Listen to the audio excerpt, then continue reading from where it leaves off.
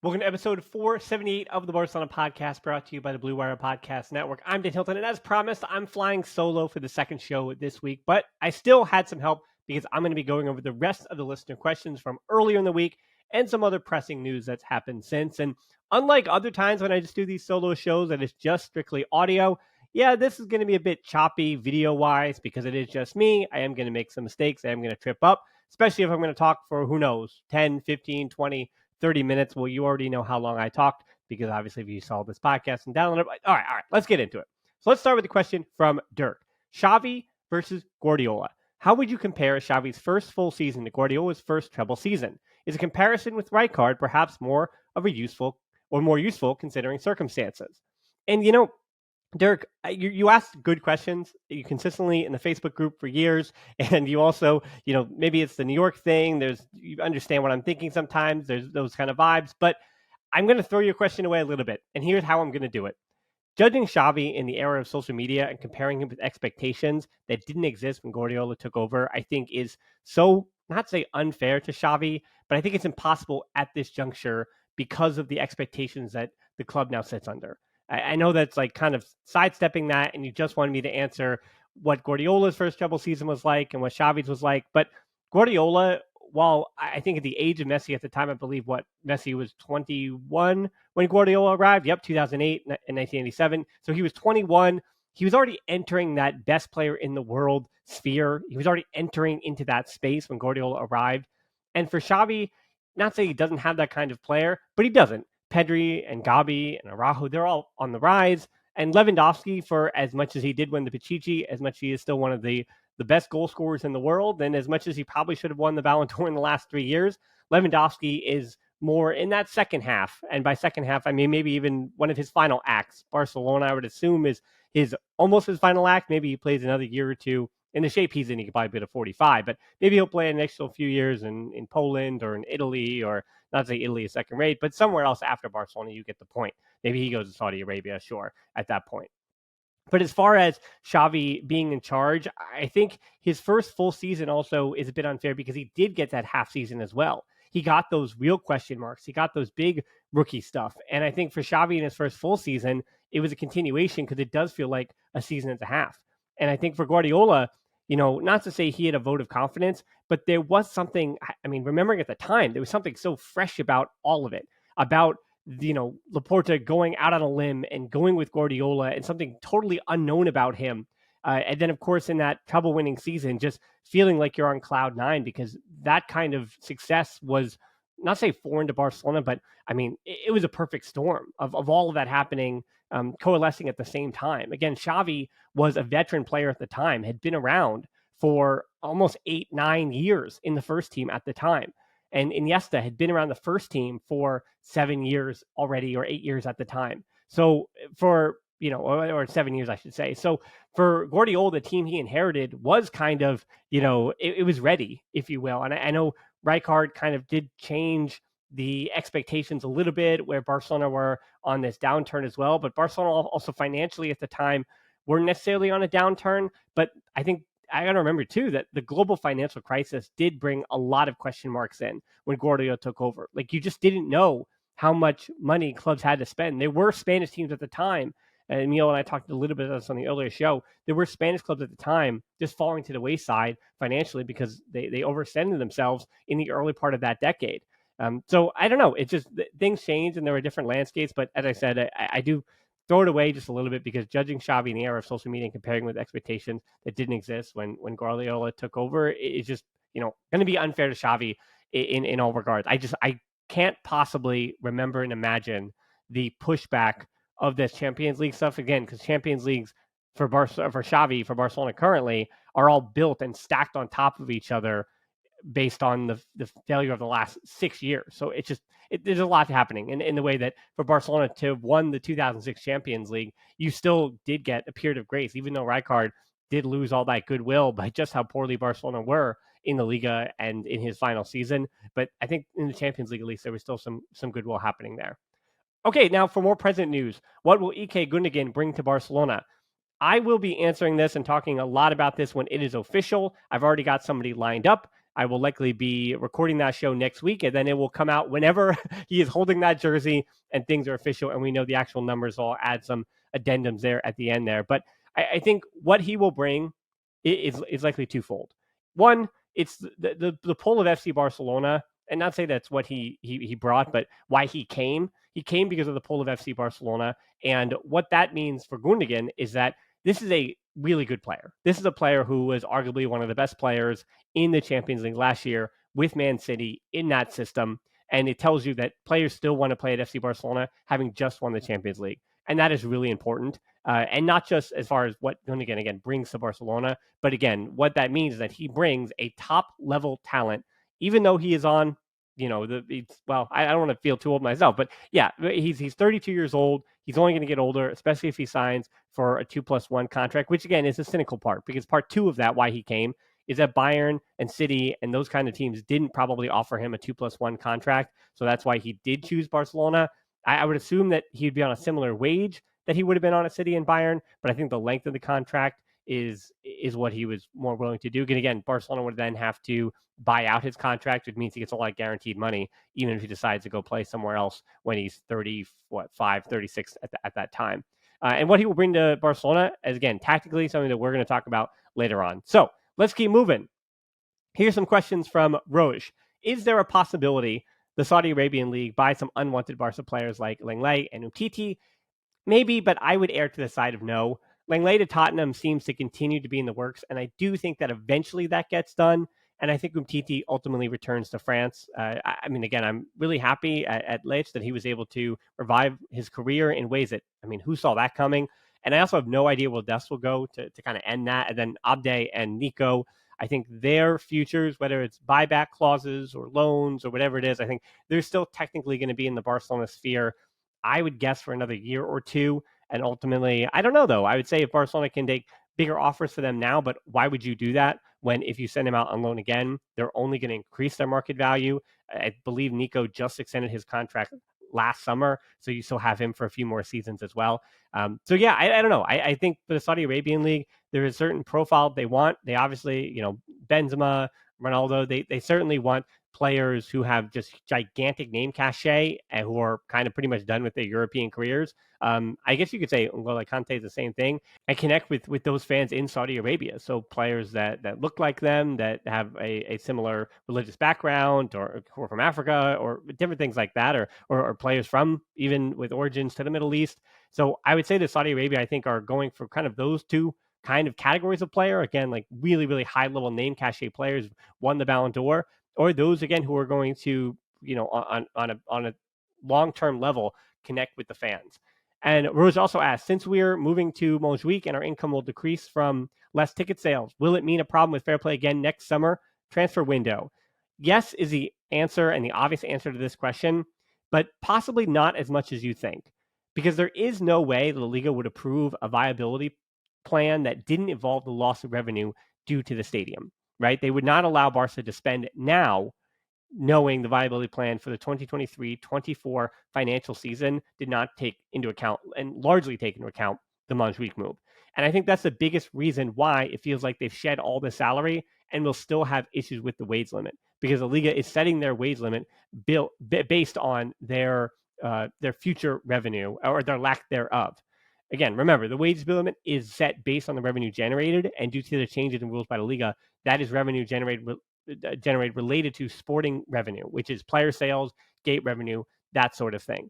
So that's why Messi was already a no, because if Ansu Fati and Ferran Torres and Kessie, right out of the gate, if their agents and those players were saying, we don't really want to leave, that meant, as I reiterate, the timeline for Messi was that Messi couldn't possibly wait for an if-then statement, where you don't even know if those three players, if that's what was required to ship them off and to bring him in, to get him at, what was it going to be, 13 to 15 million per salary. And I know you see all these other players that are coming in as well. And yes, Messi certainly would have paid for himself, but it's not even about the revenue that he would have generated. It would have been about, whether or not Barcelona would have met the demands now, even before the Messi stuff. Because again, Messi is not in the viability plan that had to be approved, right? So it just was this domino effect that, unfortunately, Messi would have been domino 5 to all of this, and Barcelona are still going to be at dominoes 1 and 2 while dealing with, what needs to happen to create revenue that is sporting revenue, including player sales, while taking into account the lack of gate sales. So I would say that next summer transfer window is, again, still not going to be this gigantic, crazy thing. But I also say that the way that Saudi Arabia is spending money and the EPL certainly is spending money, I don't know when the next time that Barcelona will have a summer transfer window where they feel like they can spend a lot of money, because spending a lot is different than complying with fair play. So next summer, I think that Barcelona should be in a much better situation, even with Montjuic to handle the fair play restrictions on them. But it does, again, it also means that they may not have 50 to 70 million, waiting to spend on one player, or 120 million the way that Real Madrid. I mean, it seems like they even might 250 million for Kylian Mbappe on top of 130 for Jude Bellingham. I don't think Barcelona. I don't know the next time Barcelona will possibly have that much money. Maybe 3 years after the Camp Nou has been renovated, and they have to continue to do some winning over the next 5 to 6 seasons. So I would say put in a pin in it, and hopefully you're still talking, and I'm talking in 5 or 6 years so we can talk about this again. Next up is Arda Guler, the Turkish prodigy, and one of Arda Guler's agents said this week that Barca is the club that has currently shown the most interest in Guler, and they are the most advanced in talks with his camp. There are at least 8 other clubs that have shown interest. We have heard about that, whether it was in the EPL. Real Madrid also earlier this week tied their name to him. And it seems like a lot of it is being reported, I'm seeing, by journalists for sport, which is sometimes right and sometimes wrong. And it is interesting, too, that Fenerbahce would love to keep him. And, there's a bunch of Fenerbahce fans that just know how valuable he is. So the idea of losing him at 15 million at this juncture doesn't feel too good about this for them. But I just think that it's either Barcelona at this moment now, or someone else is going to really pay, I think, what Fenerbahce wants for him. And this makes sense to me, this move. We're just talking the abstract here. I don't want to get into the numbers and bog it all down. This move makes sense to me if we may see Gundogan and De Jong play in a double pivot more than you'd expect. A pivot is necessary, but as I've said before, I can see, and many of us can see, Barca missing out on that consummate starter. And to answer a question from Fadi, to wrap that in, I think Xavi sees Zubamendi and Kimmich as the immediate starters, and Amrabat is a 25 million euro rotation piece in the same breath as Kessié. For 25 million, Barca want a starter. So I don't think that they're ignoring Amrabat. I think they are waiting for Fiorentina to drop their price a little bit later in the summer. And in the meantime, they're going to continue to work the market. And Arda Guler, much like Gundogan, and maybe Vitor Roque, but we'll talk about him later. But in the case of Gundogan, they had to get him now, because whether it was Bayern Munich, City with a renewal, Saudi Arabia coming in, calls from Italy, Borussia Dortmund even, Gundogan has been linked to other clubs who were going to be coming hard for his signature, and Barcelona needed to go out and make sure they got him to agree to it early on. So I think that's why you're seeing Gundogan be done quickly, in a way that I think Arda Guler, same thing. They want to get this done quick before, some Chelsea or Newcastle or even Man City, Real Madrid comes in from the top rope with a 50 million euro offer. I think if Guler wants Barca, and that is what he has his eye on, and Barca can get him for 15 million, then that's what's going to happen. So if you're Barca, I think you'll bring him in for 2 reasons. One, at 18, he's already shown you that he's unlikely to miss on that talent. I think he's already ready for the big time of what I've seen for him. I can say that with these insane connections, I have watched one Fenerbahce match with him. That's it. And to me, he looked oftentimes defensively like a young player, kind of floating in and out.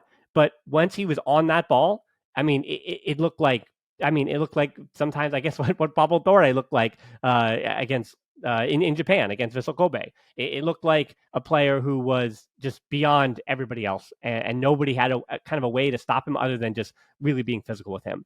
And I think with that left foot especially, he could fit well basically as the Gavi substitute in that 4-man midfield. His ability to drift inside and outside as an inside forward on the left is where he'd get minutes. And I do think that means the end of Pablo Torre at Barcelona, even after a loan.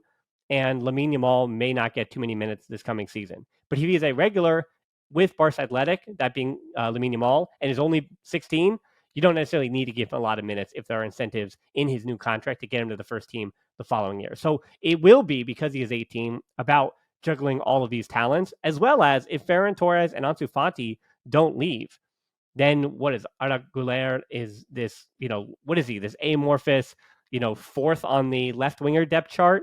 Because again, Gabi would technically be first on that depth chart in a 4-man midfield, in that box midfield. But again, that brings up the question of the pivot. And that would mean that if you have Gabi and Pedri and De Jong and Gundogan is your, we'll say, consummate starters, it's a weird thing too, where I think Xavi would love to be able to rotate.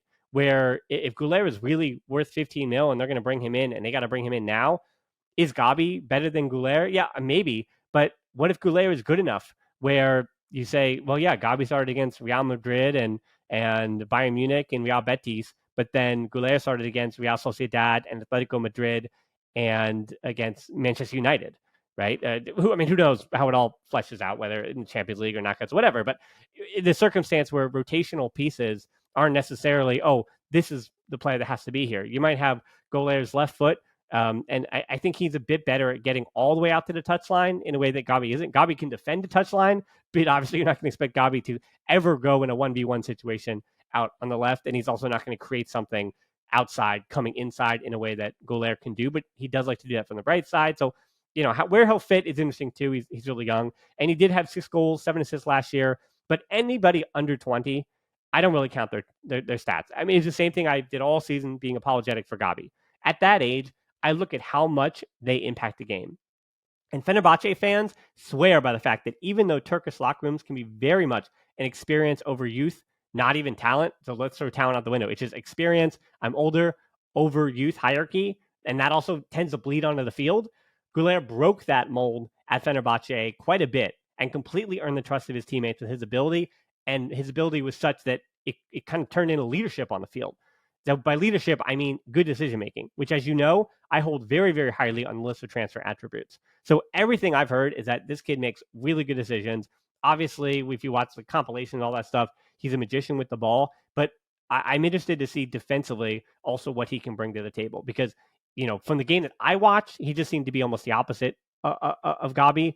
And that would be a player in Guler that, would completely run riot over certain teams in the Liga that are trying to play in a low block or medium block, because that continues to be one of Xavi's problems. Is how do you deal with elite counterattacking sides in Europe, and then when teams who are lesser than you decide to give you the ball for 75% of the time, how do you break down those low blocks? Who do you have? Do you have enough players to play in tight spaces to break through the middle of the field after stretching everything out wide, right? And using every blade of grass to contend with a team that is interested in offensively attacking you in any way. And Guler would certainly be a player for the latter situation. And who knows who he'll grow into as well. Again, this ties into the pivot situation too. The newest rumor is 15 million for Brozovic. I would take that yesterday. It's much like Gundogan, where I don't have to blink about that. You take that deal.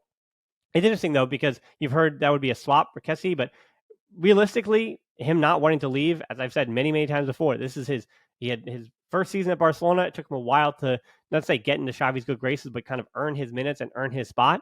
And now Barcelona wouldn't sell for less than 35 mil, which is totally reasonable with the inflated market. You have a midfielder still in his prime that won the Liga, that shows a lot of promise, that was good in multiple positions for AC Milan. And I think there's certainly a lot of teams that Kessie would have a role in and fit into, whether he's playing higher, whether he's playing a little bit deeper, depending on, the level of that team. But it's fair for Kessie not to leave, just like Rafinha. They just showed up. Why would they want to be kicked to the curb and feel like they're used parts for, Barcelona saying, hey, you were good for our La Liga win, but we want to win even more. And we don't think you're that kind of player to do that for us. So you're more of a price tag. And I know it's a business, but yeah, I mean, if it's up to the players, they're not going to do that. David asks, which youth players do you think have justified a place on the preseason tour? Does a 22-year-old Julian Araujo count? I think he will get a chance, and then he'll probably go out on loan. I mean, again, if the reports are to be believed that he didn't really impress, that he was a bit slow to the positional play, which was my concern. As I had said, the LA Galaxy played him, not to say in a free role, but he was one of the more athletic players on the field. He was allowed to get up and down with a 5-man midfield while playing as, this right-sided wing back, which isn't what Barcelona do. So he had to change his system. He had to change the ways that he's been at his best. And I think that not playing for a little bit of time, again, the MLS season is different than the Barcelona season. So basically having not played in like 5 to 6 months and then trying to train, but you're not registered. I don't think it was the best for him. And I hope that, he maybe a loan does help him out. And because he, again, from Mexico, well, he's from the US, but then decided to play with Mexico, has Mexican parents. I think being able to speak Spanish is going to be really helpful for him. And I would assume he'd go out to a Liga team so Barcelona can keep a close eye on him. But again, at that point, then he comes back as a 23-year-old, and he better be ready to go at that point because I believe he's the same age as Dest. And if he's already used goods, then why did Julian Araujo not be used goods already? So, all right, back to the preseason tour, though. As I said, I do expect Julian Araujo to be on that tour and then likely get shipped out. Shadi Riyad will be 21, and I could also see him going out on loan. And it would be where he goes on loan. If he goes to a first division side, I don't think he goes to the preseason because he would likely already be in camp with them. But if he is going to be shipped out to, Gerard Piqué, if you ever heard of him, his club Andorra or a place like that where Barcelona already seem to have a working relationship with. But I mean, again, why would you ship him to Andorra? I mean, when, Barca Athletic is at that much lower of a level, I mean, I don't know. So at 21, I think that he would expected to kind of just take over the captaincy, have a full year again with Barca Athletic, his second year there, and be an important player. He's a left-footed center back, and with the signing of Michaela Faye, I mean, obviously, when it comes to youth players, you just take as many shots as you possibly can and hope you hit on some. So with Faye, the new signing from Croatia, he is 18 and will be playing with Barca Athletic next season. He's still very raw, so I could see it either, going either way with him making the trip. It was at the minimum 1.5 mil with a bunch of incentives. So you'd expect that Faye is somebody that they do believe in, that being Barcelona. But again, all indications are that he is very, very raw. So I don't think he'd be even ready. And I think it may be more beneficial for him to be in training camp with Barca Athletic, with Rafa Marquez, and hit the ground running there. So that, again, would mean that Riyad makes a trip for preseason. Arnaud Tenas has already been on the tour, and he is 22 now, by the way. But he seems happy to renew his contract again and stay at the club and get trophies. And for Iñaki Peña in his mid-20s now, I'd expect that, while he was happy, I think, to collect all those trophies at Barcelona last year, completing that dream, I wouldn't be surprised if he's like, hey, if I'm worth 5 to 8 mil, hey, Barcelona, take it. I'll go somewhere else. And then Tenas at 22 will be the backup and, just be more the same with Ter Stegen not going anywhere and eating up so many of the minutes and so many of the starts and all that stuff. Marc Casado is still just 19. He made the trip last year. He played as a right back, even though he is a pivot. But, I think he makes a trip again. And then I think he continues to play an important role for Barca Athletic again. It feels like because we saw him and, you've heard his name for a few seasons that he would be, 21 years old, but he's not. He's just 19. He'll be 19 for another preseason tour. So I would continue to expect him to be arguably Barca Athletic's most important player. And Rafa Marquez's, kind of eyes and him on the field. Astanis Pedrola is a left winger and is thought of pretty highly, so I think he also makes the trip. We saw him once last season, but as a left winger, I think he'll get a spot, especially at least for the preseason, especially with Ferran Torres, Ansu Fati, and their futures. As much as they want to stay, still being up for debate. Luismi Cruz and Roberto Fernandez will be returning to Sevilla and Malaga respectively, though I think both of those make moves elsewhere this offseason. I'm not saying back to Barca Athletic, but I do mean to like other places where I could see Luismi Cruz he's 22 now. I could see, well, maybe it's Granada or Las Palmas, Alaves, one of those clubs, spending a little bit of money to bring him in if Sevilla can't offer him a regular rotation role. Next up, Alex Garrido only doesn't make the trip if Barca signs too many midfielders and hasn't loaned Pablo Torre out yet, because again, Pablo Torre would get a shot on the preseason tour. But I think Alex Garrido, he was also injured a bit last year, again, making the move from U19s.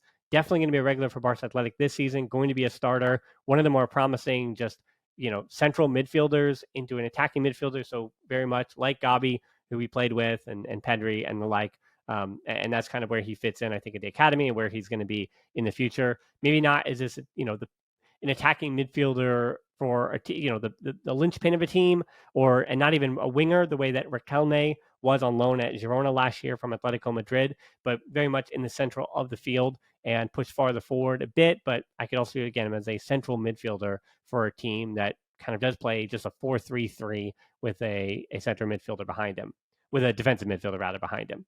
Lamine Yamal, I think, is definitely making the trip. That's easy. Definitely making the trip. I already said, talked about I think he only makes the trip if he is less raw than it's reported that he is, and if Chadi Riyad doesn't make the trip.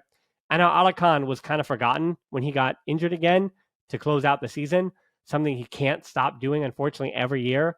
He would be going, but apparently he won't be fit again until September, which is a big blow for him because I think he could have potentially fit into that forward rotation, especially, well, and we'll talk about Vitor Roque in the next question, but if he's not going to arrive until later, Alarcon could have still been on the bench for the first team, been an option. I would just hope that he can be a starter for Barca Athletic and can just be healthy and play the whole year and banging a ton of goals at that level. I mean, last year was a pretty decent year for him, all things considered, even playing with the U19s or getting on the bench and getting some minutes with the first team.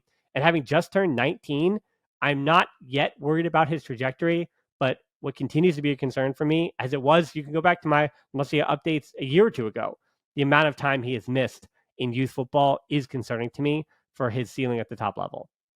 And then finally, there is Marc G, Parfim, and Danny Rodriguez. Barca's squad is pretty big and pretty young already. So I don't know if they're going to make the trip the way they did to Japan because it will be a different squad. There'll be new players fighting for spots and things like that. So if I'm picking just one to go, I think it's Preem. That's, again, dependent on Barca midfield numbers. But if there is no pivot at that point in the season, at least, at that point in the window, then I think Preem makes the trip for that reason alone. So, I mean, there is very much a circumstance where Pau Preem makes the trip, even impresses in preseason the way Nico Gonzalez does, and then he just goes back to Barca U19s, actually, believe it or not, because he was with just the U18s this past year. So he was able to break in a little bit there in the spring to the U19s. But I mean, I think next year he's between the U19s and Barca Athletic next spring even. So, let's not go crazy about Pau Preem just yet. But I said he will make the preseason tour if there is no pivot signed at that point. And who knows when Gundogan would be done and when he would make the move and things like that. I've already gone pretty long, but we got a few more questions here. Peter, how much game time do you see Vitor Roque getting next season? He's almost certainly not coming until January. I mean, I still have that in my gut. He's got 11 goals and 5 assists in 26 games so far this season in Brazil, which is about halfway to a little over halfway done, making a January arrival, I'd say about perfect timing-wise. Or if he doesn't get registered, I could also see him going out on loan in January for 6 months, maybe even back to Brazil, and then returning the following year. So I think that the issue for him is going to be fitting an 18-year-old center forward, even with how good Vitor Roque is, into a team that is in the second half of their season next year for Barca. And you'd expect at that point, facing the bigger fixtures, elimination fixtures, that is a tough thing to do, to kind of throw him in as a forward. So I'd be more excited that the deal is done now and everything will go according to this timeline of paying for him, registering him, and all that, and then actually care about what he actually does and when he plays, and almost saving all that stuff for later. So I don't know. How much game time do you see Vitor Roque getting next season? If I said 0 minutes, I'm still not worried. Because once again, at 18, getting this deal done now for a kid that is certainly going to be it. If you can send him to, I mean, who knows who'll want him, but if you send him to a team like Benfica in January or something for the second half of their season, because who knows where they'll be at. I mean, they did make the knockouts of the Champions League, I believe, last year as well, or the last 2 seasons. And so, that's a kind of team where he would fit. It would make sense. You bring him in. I know they have center forwards already, but not looking at fit. Just saying, find a club that needs a center forward in the second half of the season and, send him there. And then the following season, Lewandowski will be making a ton of money, but will still be at Barcelona on the books. And he can still learn from him at that point. That's when I would expect to see Vitor Roque. But hey, who knows? We've seen crazier things too. Again, if they do sell Ferran Torres and Ansu Fati, as I've said many times before, I don't know how they make up those kind of goals. So if one or two or both of them are gone this summer, then maybe Vitor Roque does come right away, because with those two gone, you would be able to fit his salary in there and you would be able to get that deal done, especially with his contract and the amortization being spread over multiple seasons. So if you have the minutes, you have the time, Barcelona are going to need those goals. So yeah, I think then he would basically get however many minutes went to Xavi went to Ansu Fati and Ferran Torres this season. That's actually what I would guess, maybe even closer to the Ferran Torres stuff. And it also depends on Dembele's health, which is always a question mark. And, who knows how much there are hundreds of minutes in variance for what Dembele gives you from year to year. Last 2 things here, I saw some hot takes about the fixture list, but I don't really care too much about it until I see the Champions League schedule. You don't know where the challenging weeks are going to come, or when they will come, I should say, and how many fixtures are next to each other and how tough those fixtures are going to be. And, how much those fixtures are going to be endangered by one player or one injury to an important player, like we saw last season, when it really was the month of October and the first 2 weeks of November basically decided the entire season. Barcelona was able to get enough room in the Liga to put Real Madrid in trouble. And then at the same time, they were crashing out of the Champions League. And all that happened while they had injuries to their back line. And all that happened at the same time in October and November. So it really just does come when, what kind of fixtures are around those other important fixtures and who's healthy and who's injured at the time. Granada, Las Palmas, Alaves are returning. So nobody new is coming to the first division. But interesting notes is that Mallorca and Las Palmas, maybe the farthest distance between any La Liga fixture ever, with Mallorca being out on the islands to the east of Spain, and then Las Palmas being all the way to that southwest corner on those islands down there in the Canary Islands. So quite a distance between those two, but it's still Spain. I cover the MLS here. I don't. There are no excuses. I don't want to hear it. Barca start with Hetafe on the road, when then Cadiz at Montjuic, probably before they are ready to host at Montjuic, believe it or not. So if you're one of the fans going to that game, the opener at Cadiz, or against Cadiz at Montjuic, good luck to you. But then Villarreal and Osasuna on the road, which are pretty challenging fixtures. And then match days 10 through 12 are pretty interesting. It's Athletic Club and Real Madrid at home. And then Real Sociedad on the road. And again, that will likely coincide with some pretty big Champions League fixtures. So that is kind of the weeks, match days 10 through 12, that I circle as saying, all right, let's hope everybody is healthy. And let's hope that Barcelona have signed enough players to deal with the fixture congestion at that point. Lastly, the good news is they'll be doing all that fixture congestion, especially the ones at home, in their new jersey. And finally, the new jersey dropped earlier in the week, and I do need to see it in action before I'm totally sold on it. It looks good to me, and my first impression of it is pretty, I don't know. I'm not saying it doesn't, maybe it's going to feel like an all-time jersey by the end of it. But, I've had my favorites. I've had my not so favorites, and I think I maybe probably need to do a video on that at some point. An article is fun, maybe doesn't do it justice, but yeah, I might need to go and do a video to kind of go through my favorite ones through the years and things like that. So I actually, seeing it, I feel like it was an upgrade on the 2016-17 jerseys, which I have one of. It's Iniesta and I like it, but I thought it was missing something at the time. And I don't know. I'm not a big fan of the navy up top on the shoulders for that one. So I feel like this is almost an improved version of that. And as for the away white jersey, that is a whole conversation and a history lesson for another show that we'll do another time, because I think you've definitely heard enough from me at this point. So that'll wrap up another edition of this show. I've got some fun scheduled for next week. Again, depending on signings, that Gundogan show might come out next week if he signs next week, or we might have to wait a few weeks. We'll have to see. So that's something to look forward to next week, as well as I have a few guests lined up, but we'll have to see. Summer months get busy. People go on holiday, and then they don't DM me back. So these are the things that happen in the summer months. But I do hope you're enjoying your summertime with Barcelona off, but are enjoying some of the transfer window craziness and mess. I think people do really get a kick out of all that. So again, we also have some history stuff coming up on the YouTube channel.